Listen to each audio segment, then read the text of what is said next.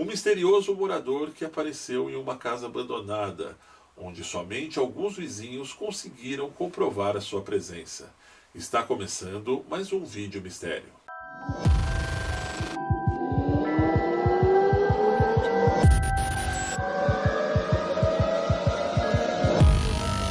Já fazia um certo tempo que eu não trazia esse tipo de relato aqui no canal, mas eu recebi um e-mail essa semana de uma pessoa que mora em uma cidade próxima a mim, inclusive aqui no interior de São Paulo, muito pacata por sinal e turística, chamada Guararema. Eu vou preservar a identidade dele que me mandou, afinal de contas foi um pedido do mesmo e eu acredito que tem cá suas razões. Porque como nós estamos falando de uma cidade pequena, um conhece o outro, e de repente algumas pessoas que não levam muito a sério esse tipo de relato acabam tornando algumas figuras motivos de chacota, umas por motivo de ignorância e outras pela simples vontade de estar tirando aquele sarrinho que nós sabemos que é desnecessário. Portanto, o personagem principal aqui da história eu irei chamar de João. Tudo bem, pessoal? Corria o ano de 1997. Esse mesmo João que eu relatei ainda há pouco morava em uma rua bastante estreita, típica dessas cidades, como eu disse ainda há pouco, do interior de São Paulo, onde era muito comum as crianças brincarem à noite, jogarem bola na rua, mas além de tudo, os vizinhos se conheciam muito bem ao outro e rapidamente as notícias se espalhavam quando elas eram boas ou ruins.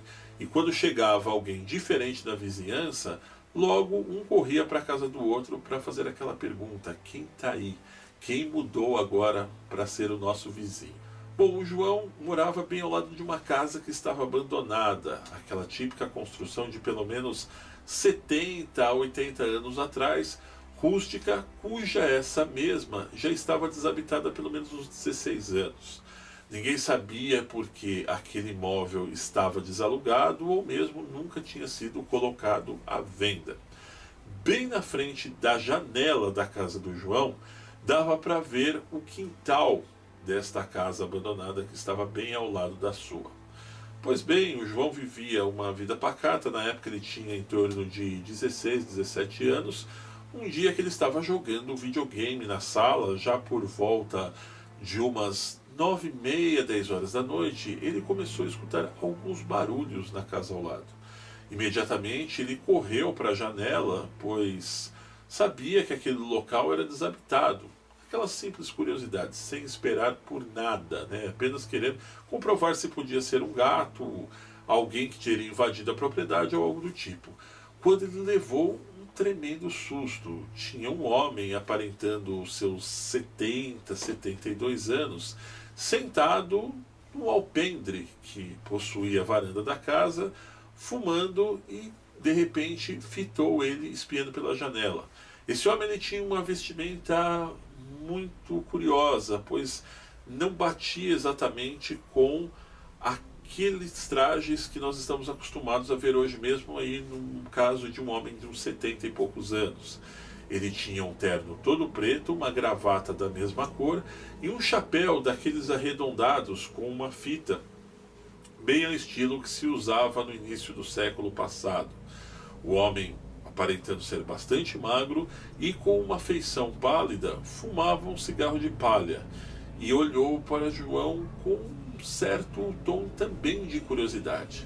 Ele imediatamente levou um pequeno susto, entrou para dentro, mas voltou a jogar o videogame. No dia seguinte, imediatamente ele já foi buscar informações com alguns amigos, algumas senhoras, se alguém tinha mudado para aquela casa ao lado. Mas todos diziam estar surpresos, pois ninguém viu um movimento de mudança ou algo desse tipo. João, que era um garoto na época, já muito corajoso, decidiu entrar na propriedade. Afinal de contas, o portão já estava bastante velho, dava ali para você estar dando um empurrãozinho, não tinha cadeado, não tinha nada, e aos poucos a curiosidade começou a lhe saltar os olhos. Deu pequenos passos para a direita, para a esquerda, quando viu que a porta da frente, que dava para a sala principal, estava entreaberta, mas isso poderia ser apenas um curto sinal do tempo, afinal de contas já estava bastante velha e avariada a fechadura. Ele, ainda tomado por coragem, entrou, revistou todos os cantos, mas não encontrou nem sinal. Detalhe importante, antes dele invadir o local, digamos assim, ele tomou suas precauções, ele chamou, bateu palma, bateu na porta, mas não viu nada, e a propriedade ainda apresentava aqueles mesmos sinais de que ela estava abandonada e com alguns cenários bastante avariados. Pois bem, João continuou seu dia normalmente, passaram mais alguns 3 ou 4 dias deste ocorrido, e um dia ele estava ali, como eu disse para vocês, jogando bola na rua com alguns amigos, quando um deles, que tinha a sua idade, e o outro um pouco mais velho, apontaram para a residência e falaram: puxa vida, nós estamos vendo uma luz vindo de lá, na mesma casa que você comentou dias atrás para nós, que avistou um senhor. Imediatamente eles se aproximaram do portão, pararam o jogo ali na hora e viram que aquela luz vinha de dentro da casa, de um mesmo candelabro de velas, que dava para vê-lo muito bem pela janela, que já estava quebrada, por sinal. Os garotos se aproximaram, bateram na casa por curiosidade, afinal de contas ali era muito comum, todos se conheciam, para ver se tinha alguém ali dentro. Imediatamente João pensou que de repente pudesse ser um morador de rua, um andarilho que tivesse invadido o local. Mas um dos seus amigos disse o seguinte para ele: vamos entrar, vamos averiguar o que está acontecendo. Quando João colocou os pés na propriedade, um dos fatos que mais lhe saltou a curiosidade foi ver no chão 2 cigarros de palha já apagado e um outro ainda quase que inteiro, ainda aceso, jogado no mesmo alpendre que ele avistou aquele senhor alguns dias atrás fumando.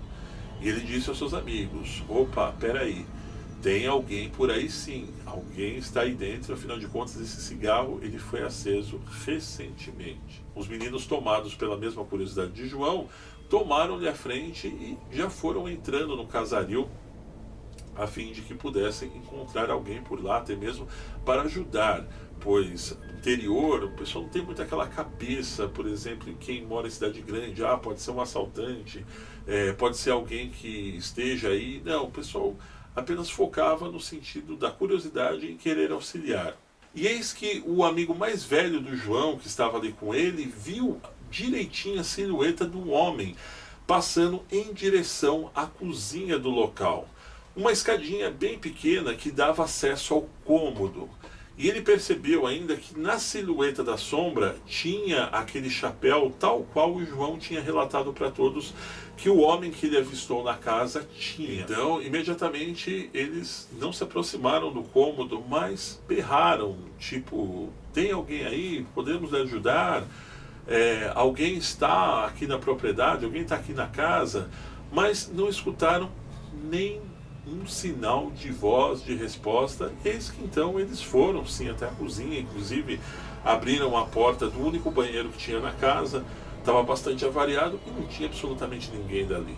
Os meninos, já com uma certa preocupação e um certo gelo na espinha, abandonaram o local e voltaram a jogar bola ali, brincar os três ali de futebol, até mesmo para esquecer dos fatos estranhos que estavam ocorrendo naquele local. Já era cerca mais ou menos de 11 horas da noite, os meninos pararam de brincar de bobinha, aquela tradicional brincadeira do futebol, quando sentaram do outro lado da rua e começaram a bater papo, conversar de coisas que não tinham mais nada a ver em relação ao suposto mistério que estava acontecendo ali na rua.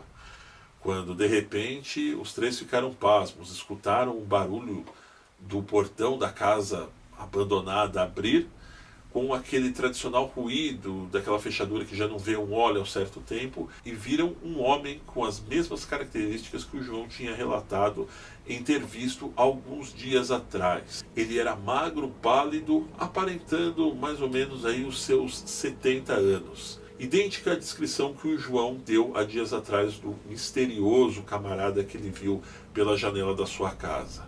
Os três ficaram de boca aberta, afinal de contas eles reviraram a casa há umas horas atrás e não tinham encontrado ninguém. Não havia possibilidade alguma daquele homem ter se escondido dentro daquele local. Nesse momento, o homem olhou para os três e deu aquele certo sorriso malicioso, como ele descreve aqui no relato. Em seguida, os três não sabiam o que falar, não sabiam o que argumentar um com o outro. Um deles, inclusive, ficou ali naquela sensação de que, puxa vida, vamos atrás do cara para a gente tentar conversar com ele, perguntar quem ele é, mas de imediato o cagaço foi tanto que eles não tiveram coragem. O homem continuou seus passos e dobrou à direita em uma esquina que, por sinal, era uma encruzilhada. João imediatamente abandonou os dois, tomou coragem nesse momento e foi atrás do cara para ver, afinal de contas, para onde esse cara estava indo ali no meio daquele mistério todo. Mas, para sua surpresa, quando ele chegou na tal encruzilhada, não tinha absolutamente ninguém por ali.